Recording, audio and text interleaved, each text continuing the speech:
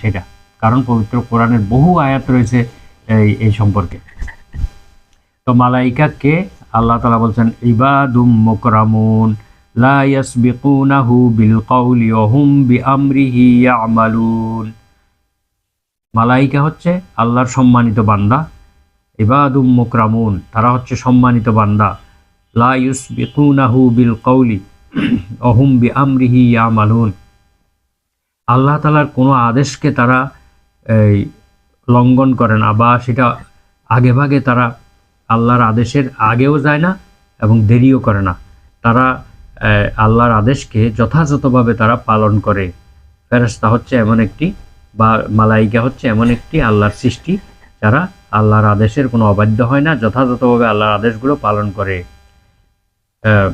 এবার আপনার ফাতহুল বারিতে, বুখারী শরীফের শরহ বা ফাতহুল বারিতে উল্লেখ রয়েছে যে ইন্নাহুম মাসুমুনা, ফেরেশতারা হচ্ছে নিষ্পাপ, তাদের কোনো গুনাহ নেই।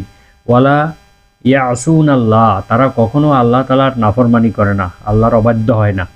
লাইসু বিযুকুরিন ওয়ালা ইনাসিন, আর ফেরেশতারা কোনো পুরুষও নয়, তারা কোনো নারীও নয়। ওয়ালা ইয়াতাওয়াল্লাদুনা, তাদের বিবাহ শাদীও হয় না এবং তারা সন্তানও প্রসব করে না, তাদের কোনো সন্তান আদিও হয় না, তাদের কোনো বিবাহ শাদীও প্রয়োজন হয় না।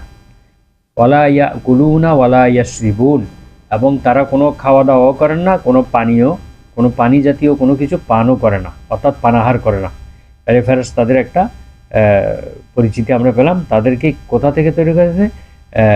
ইন্নাহুম খুলিকা মিন নূরিন, তাদেরকে নূর থেকে তৈরি করা হয়েছে, আলো থেকে তৈরি করা হয়েছে ফেরেশতাদেরকে। তো এখন এই মালাইকাগণ আপনার তারা এই যে কোনো মানুষের বা যে কোনো ভালো প্রাণীর ছদ্মবেশ ধারণ করতে পারে। তাদের কোনো নির্দিষ্ট কোনো আকৃতি সম্বন্ধে জানা যায় না, তবে কিছু কিছু ফেরেশতার আকৃতি সম্বন্ধে হাদিস শরীফে উল্লেখ রয়েছে। তো তারা কিন্তু ওই আকৃতি ছাড়াও যে কোনো আকৃতি ধারণ করতে পারেন, তবে ভালো ভালো কোনো সৃষ্টির আকৃতি ধারণ করেন। যেমন নিকৃষ্ট প্রাণীগুলোর আকৃতি তারা ধারণ করেন না, যেমন শূকর, কুকুর এই জাতীয় প্রাণীর আকৃতি ধারণ করেন না। তারা যেমন মহানবী সাল্লাল্লাহু আলাইহি ওয়াসাল্লামের কাছে মানুষের বেশে অনেকবার জিবরিল আলাইহিস সালামের আগমন সম্পর্কে হাদিস থেকে জানা যায়। এখন এই ফেরেশতা, এই মালাইকাদের অনেকগুলো কথা কোরআনে উল্লেখ রয়েছে, হাদিসে উল্লেখ রয়েছে।